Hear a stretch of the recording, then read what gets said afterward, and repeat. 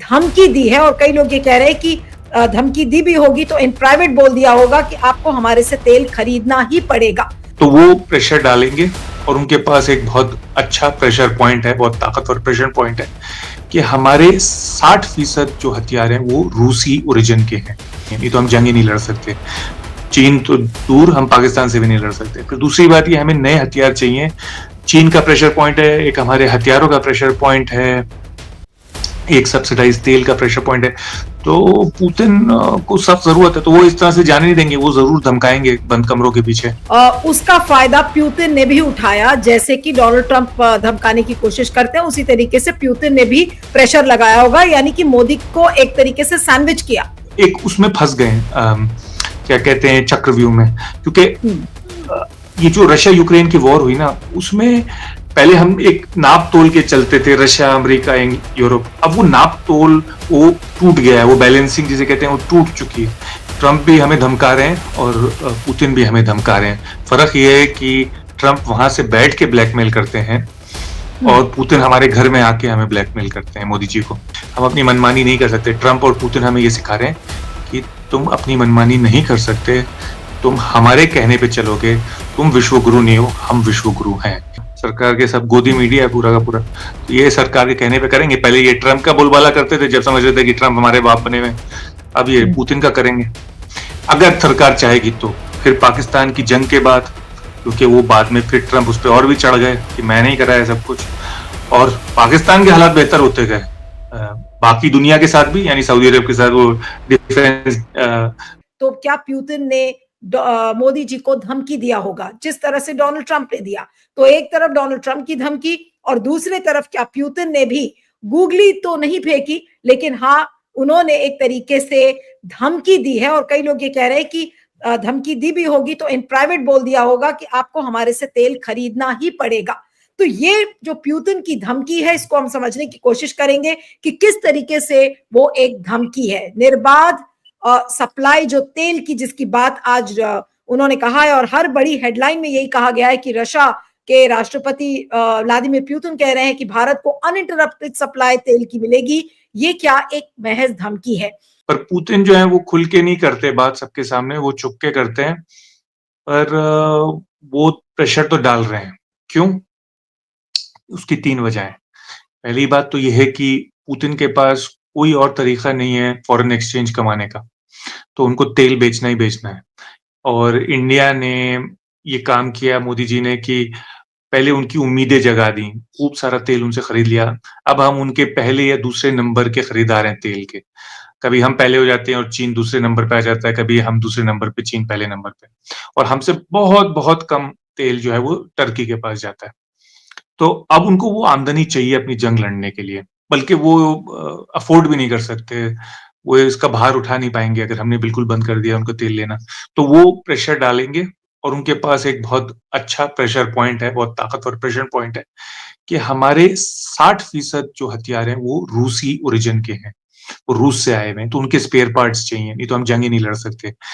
चीन तो दूर, हम पाकिस्तान से भी नहीं लड़ सकते। फिर दूसरी बात ये, हमें नए हथियार चाहिए जो जिसके इक्विवेलेंट हथियार, उसके बराबरी के हथियार पाकिस्तान के पास ऑलरेडी हैं या आ रहे हैं। मिसाल के तौर पे हमें सुखोई 57 चाहिए, क्योंकि पाकिस्तान J-35 ले रहा है चाइना से। हमें S-400 और चाहिए जो काफी कामयाब साबित हुए इस जंग में पाकिस्तान के साथ। हमें S-500 चाहिए जो उसका अगला वर्जन है। तो हमें बहुत सारी चीजें, हमें छोटे न्यूक्लियर रिएक्टर चाहिए रशिया से, तो हमें बहुत सारी चीजें चाहिए रशिया से। हमें क्रिवैक फ्रिगेट्स चाहिए, हमें न्यूक्लियर सबमरीन चाहिए। तो वो जानते हैं पुतिन, और वो जानते हैं कि वो इसकी धमकी देंगे तो हमें लेना पड़ेगा उनका तेल। और हमें दूसरा वो एक और प्रेशर, तीसरा एक और प्रेशर पॉइंट है कि वो चीन के बहुत करीब जाते जा रहे हैं रूस, जब से यूक्रेन की वॉर हुई है। तो उनको पता है कि हिंदुस्तान ये नहीं चाहता। हिंदुस्तान चाहता है कि हमारे साथ भी अच्छे रिश्ते बने रहें रूस के, ताकि हमें हथियार मिलते रहें, और ताकि अगर कभी चीन से जंग हो तो रूस पूरी तरह से चीन की तरफ ना चला जाए, हमारे हथियारों की बेच खरीद बंद ना कर दे इस तरह से। तो एक चीन का प्रेशर पॉइंट है, एक हमारे हथियारों का प्रेशर पॉइंट है, एक सब्सिडाइज तेल का प्रेशर पॉइंट है। तो पुतिन को सख्त जरूरत है, तो वो इस तरह से जाने नहीं देंगे, वो जरूर धमकाएंगे बंद कमरों के पीछे। और आप ये कह रहे हैं कि जो भारत की जो हेल्पलेसनेस है उसका फायदा प्यूतिन ने भी उठाया। जैसे कि डोनाल्ड ट्रंप धमकाने की कोशिश करते हैं, उसी तरीके से प्यूतिन ने भी प्रेशर लगाया होगा, यानी कि मोदी को एक तरीके से सैंडविच किया। हम चाहते हैं कि रशिया से कम हो, क्योंकि रशिया के साथ रशिया को फायदा है बहुत ज्यादा। हमसे वो बहुत कम खरीदता है, हम उससे बहुत ज्यादा खरीद रहे हैं, तो हम वो कम करना चाहते हैं। पर इतना आसान नहीं है। हालांकि खबर ये आई है कि हमारी कंपनियां जो है वो कम खरीदने लगेंगी तेल। कम हो सकता है खरीदें, पर मुझे ये नहीं लगता कि हम उस दौर पे आ जाएंगे जो पहले था, जिसमें हम शून्य के करीब लेते थे रशिया से तेल। वो मुश्किल लग रहा है, क्योंकि रशिया को सख्त जरूरत है इस वक्त तेल बेचने की। अगर उसको ये जंग जारी रखनी है, अगर रशिया जंग बंद कर दे तो बहुत बढ़िया हमारे लिए। हम असल में एक उसमें फंस गए, क्या कहते हैं, चक्रव्यूह में। क्योंकि ये जो रशिया यूक्रेन की वॉर हुई ना, उसमें पहले हम एक नाप तोल के चलते थे, रशिया, अमेरिका, यूरोप। अब वो नाप तोल वो टूट गया है, वो बैलेंसिंग जिसे कहते हैं वो टूट चुकी है। क्योंकि लेकिन आप इसे ब्लैकमेलिंग टैक्टिक्स नहीं कहेंगे तो और क्या कहेंगे? ये हम क्या ये कह सकते हैं कि प्यूतिन तो डोनाल्ड ट्रंप तो जब मोदी जी वॉशिंगटन गए थे तो वहां पर उनके ऊपर प्रेशर डाला। यहाँ तो प्यूतिन ऐसा लग रहा है कि भारत आके और उन्हीं के देश में मोदी को ब्लैकमेल करके चले गए। ट्रंप भी हमें धमका रहे हैं और पुतिन भी हमें धमका रहे हैं। फर्क ये है कि ट्रंप वहां से बैठ के ब्लैकमेल करते हैं और पुतिन हमारे घर में आके हमें ब्लैकमेल करते हैं, मोदी जी को। तो मोदी जी की वो जो, और जयशंकर जी की जो बहुत डींगे थी कि हम यूं बैलेंसिंग करते हैं और हम अपना इंटरेस्ट करते हैं और जो मनमानी होती है हम कर सकते हैं, वो ऐसा नहीं है। हम अपनी मनमानी नहीं कर सकते। ट्रंप और पुतिन हमें ये सिखा रहे हैं कि तुम अपनी मनमानी नहीं कर सकते, तुम हमारे कहने पे चलोगे, तुम विश्व गुरु नहीं हो, हम विश्व गुरु हैं। ये वो हमें जता रहे हैं। तो मोदी जी का जो झांसा था वो पब्लिक के लिए ठीक है, भक्तों के लिए ठीक है, इलेक्शन के लिए ठीक है, और व्हाट्सएप फॉरवर्ड के लिए ठीक है, जो अंकल पार्क में बैठ के समझाते हैं मुझे भी और आपको भी। पर असलियत ये है कि है नहीं है। बिल्कुल सही। और हम जो हमारे जो पत्रकार हैं वो वही करेंगे जो हमारी सरकार कहेगी, क्योंकि ये यहाँ के पिट्ठू हैं, सरकार के सब गोदी मीडिया है पूरा का पूरा। तो ये सरकार के कहने पे करेंगे। पहले ये ट्रंप का बोलबाला करते थे जब समझ रहे थे कि ट्रंप हमारे बाप बने हुए, अब ये पुतिन का करेंगे अगर सरकार चाहेगी तो।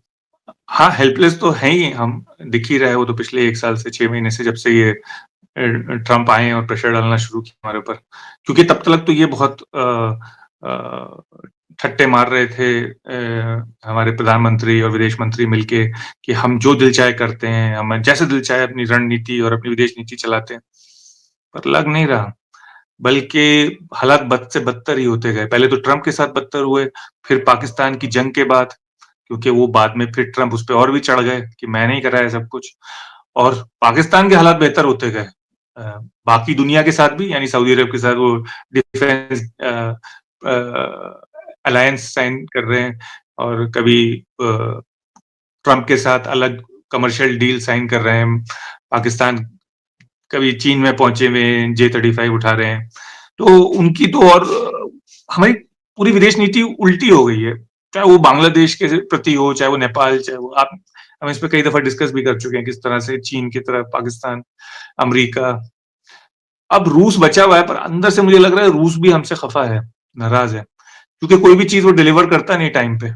अब मिसाल के तौर पे हमें 5 S-400 चाहिए थे, 3 ही डिलीवर किए S-400, 2 तो डिलीवर ही नहीं किए।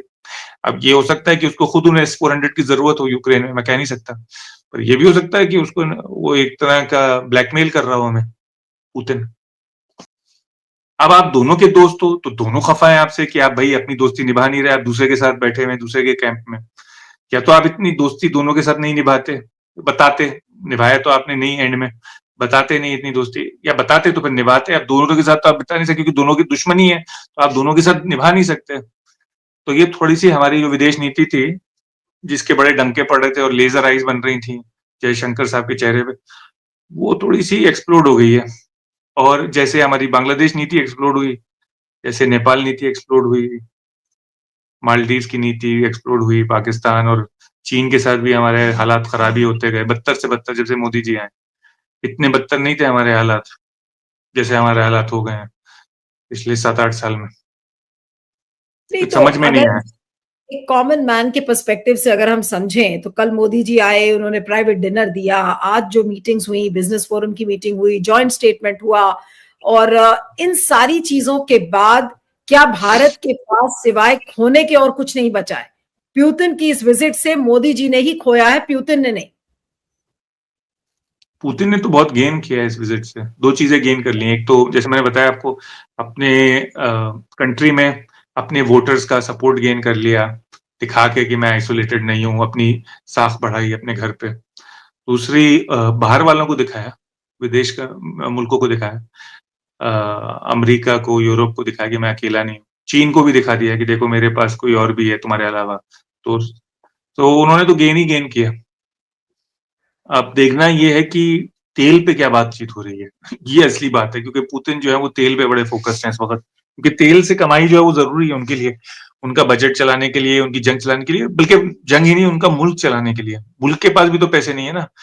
मुल्क का अपने खर्चे होते हैं, 1000 लोगों की पेंशन देनी होती है, लोगों की तनख्वाहें देनी होती हैं, हेल्थ चलानी होती है, मिनिस्ट्री, ये सब। तो उनके लिए तेल बहुत जरूरी है। तो अब अगर हिंदुस्तान वहां से बिल्कुल जीरो कर देगा तेल, मुझे तो समझ में नहीं आ रहा कैसे करेगा जीरो, और अमेरिका से खरीदेगा, वो तो बहुत नाराज हो जाएंगे। क्या गेम होगा, उसका क्या हमारे ऊपर असर होगा, कुछ क्लियर नहीं है।